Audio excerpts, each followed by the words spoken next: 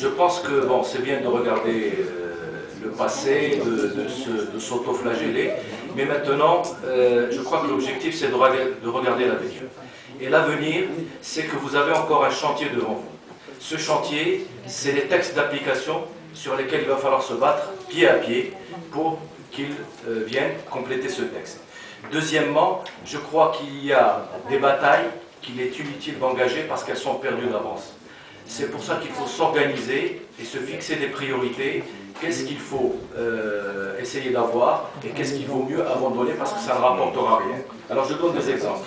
Le numerus clausus est quelque chose de vital. Aucun pays qui se respecte ne peut se passer d'une planification en disant que dans les 30 ans à venir, voilà ce qu'il nous faut comme médecin, voilà quels sont nos besoins en pharmaciens dans telle et telle région de ce pays. Et donc à partir de là, on fixe un chiffre comme il existe en France, on vient de vous en parler, comme il existe en Tunisie, comme il existe dans tous les pays qui se respectent, on fixe un chiffre de nombre de professionnels pour un certain nombre d'habitants. Et donc ça, le Maroc doit le faire. Et à partir de là, ça s'appelle le numerus clausus. Et ce numerus clausus, moi, bon, je vous ai entendu parler de chaînage, etc. Excusez-moi, je trouve qu'on est à côté de la plaque en parlant de chaînage. C'est comme si vous me dites, je veux savoir fixer le diamètre de la table. Moi, je vous dis, je veux savoir combien on va mettre de gens autour de la table. Je préfère qu'on fixe, dire, la table c'est 10 personnes, plutôt que de ergoter entre 50 cm et 60 cm de diamètre. Ça revient à ça. Donc, battez-vous pour que le numerus clausus, qui n'est pas du tout anticonstitutionnel, sinon on serait plus intelligent que les autres, devienne une réalité. Voilà le premier argument. Deuxièmement, battez-vous pour vos textes d'application. Troisièmement, il y a des choses qui sont inutiles d'engager tout de suite. Je vais vous expliquer. Vous parlez depuis tout à l'heure du droit de substitution.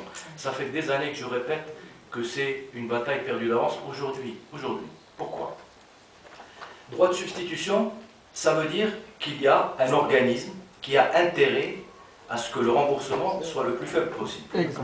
Donc une sécurité sociale qui couvre la majeure partie de la population. Ce n'est pas le cas chez nous. Donc il n'y a pas d'interlocuteur, comme une caisse de sécurité sociale forte, qui puisse imposer le remboursement sur la base d'un produit peu cher, donc du générique, si vous voulez. Et donc, si on vous demande le droit de substitution, si vous demandez le droit de substitution, ça veut dire que vous allez perdre en chiffre d'affaires. Vous allez vendre moins cher, perdre en chiffre d'affaires, sans aucune compensation. Le jour où il y aura une sécurité sociale forte, qui vous dira, monsieur, si vous donnez en substituant, si vous me faites gagner tant, je vous reverse tant, là ça vaut le coup. C'est ce qui s'est passé en France. Ils ont mis 1 an et demi ou 2 ans pour le mettre en place, ce système, dans lequel ils ont donné la carotte aux médecins, la carotte aux pharmaciens et le bâton à côté. Et de l'autre côté, il y avait la sécurité sociale. Vous n'avez pas de sécurité sociale aujourd'hui qui tient la route. Et donc pourquoi vous allez vous amputer votre chiffre d'affaires en demandant un droit qui n'est pas un droit vital pour vous? Demandez-le le jour où il y aura une sécurité sociale et le jour où on vous dira clairement, si vous me faites économiser 10, je vous donne 5. Alors c'est pour ça que je reviens à ce que je vous disais, de l'organisation, de la méthode, des objectifs simples et surtout, fédérez-vous et allez-y ensemble. Merci.